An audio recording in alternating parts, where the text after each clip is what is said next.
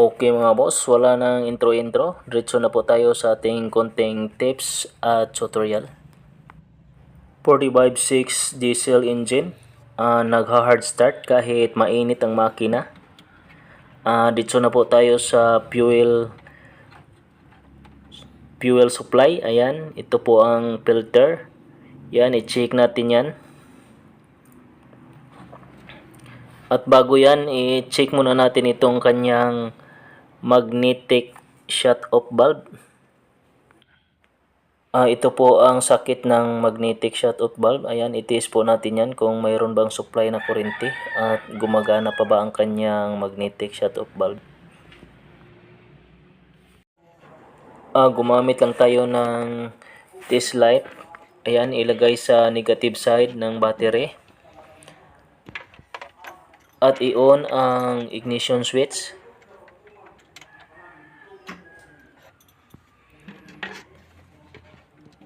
Ayan, at check natin kung umilaw ba, kung mayroon bang kuryente. Ayan, umilaw po ang test light.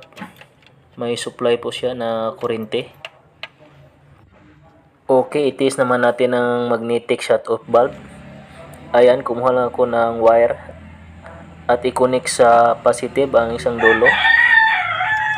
Ayan, at i-test natin, i-direct natin kung gumagana ba. Ayan ang tunog ng magnetic shut-off valve, gumagana, nag-o-open close. Pag naka-on ang ignition switch, mag-o-open. Pag naka-off ang ignition switch, mag-close po ang magnetic shut-off valve. Okay, dito naman tayo sa fuel filter. Luwagan lang natin itong dalawang hose clamp. Dahil tatanggalin po natin itong buong fuel filter assembly. Dahil ito po ang first diagnose ko, baka barado na at marumi na ang fuel filter.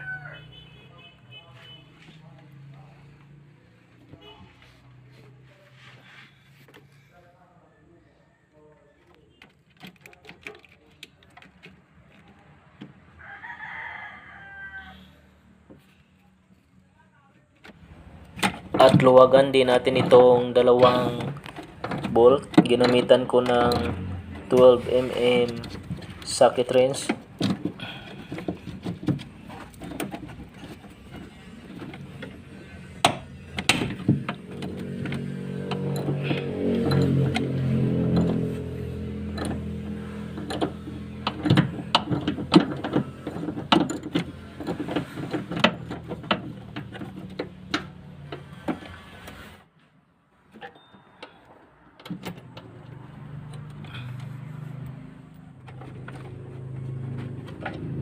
At tanggalin din natin itong socket ng fuel filter. Tanggalin din natin itong kable dahil masikip para lumusot po ang fuel filter.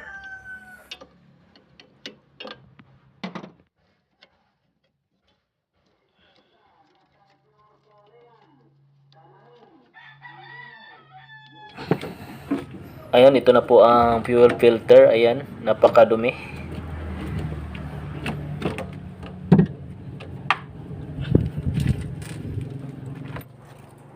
Okay, gamitan po natin ng filter wrench para matanggal po natin itong fuel filter.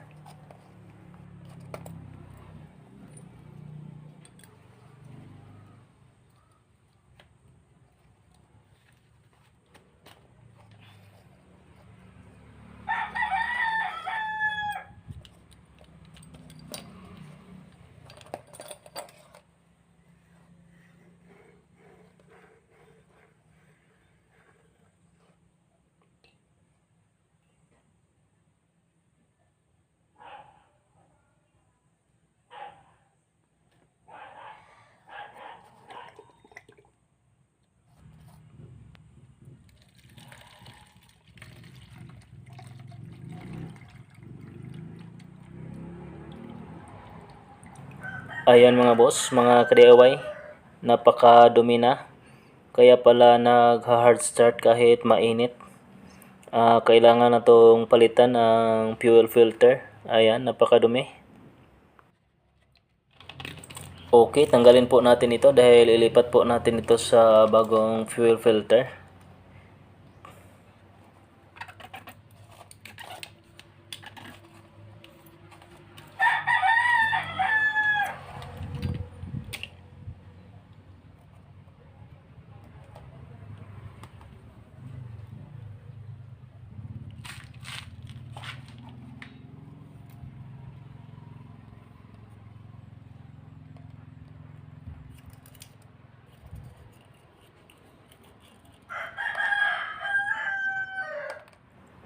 Ayan mga boss, marami ng kalawang sa ilalim. Hindi na to pwede.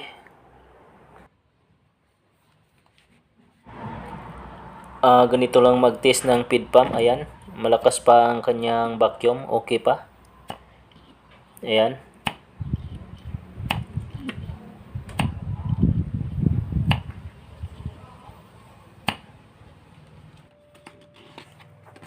Ito na ang bagong fuel filter.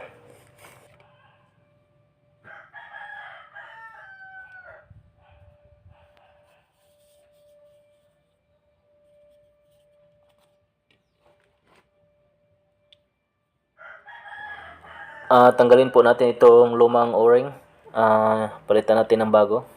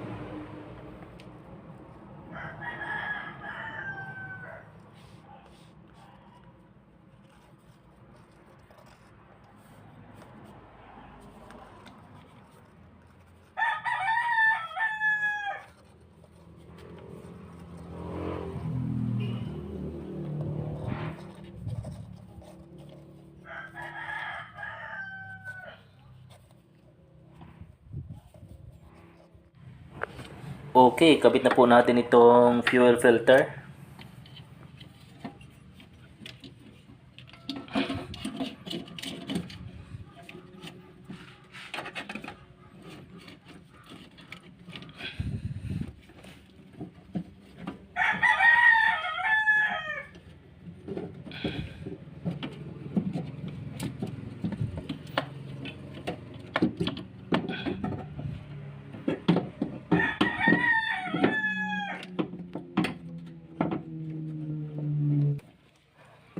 At ilagay ang dalawang bolt at higpitan.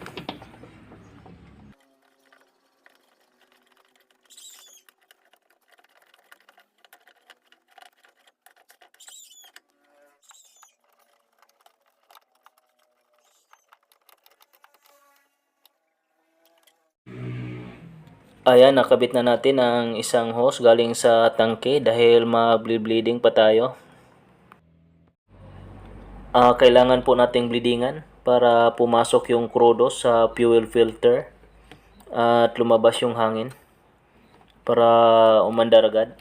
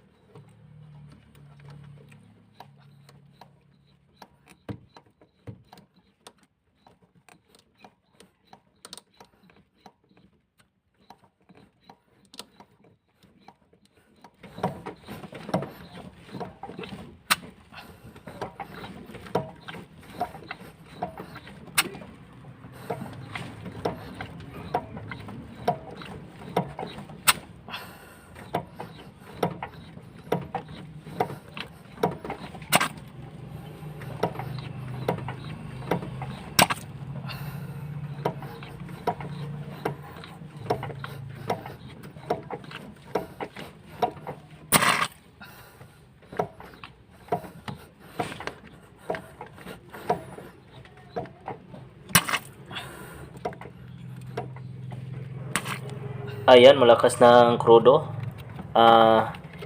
Ikabit na po natin itong hose.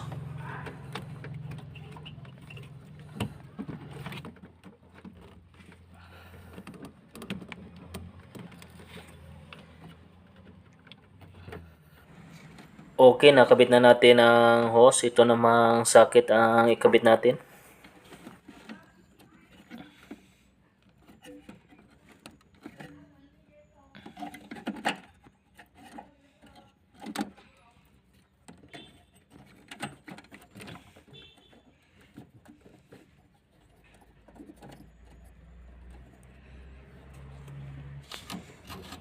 Ibalik din natin itong kable.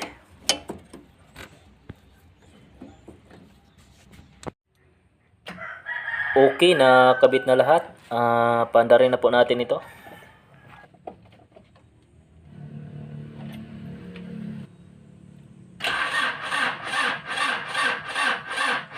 Hindi na kaya ng battery. Mahina na. Palitan natin.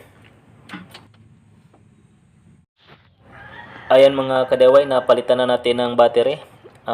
Tingnan natin kung mag-start na ba ito.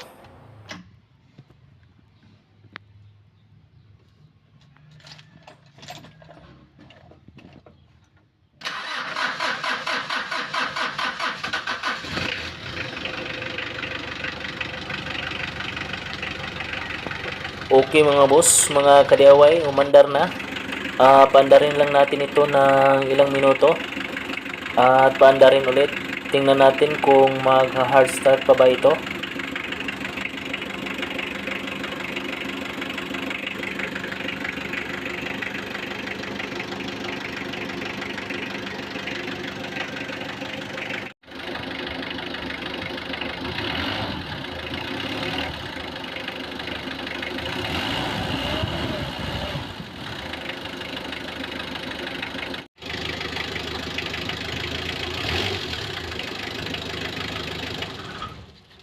Off at paandarin natin ulit. Ayan mga kadayway, umandar na agad. Ganun lang. Thank you for watching and please subscribe.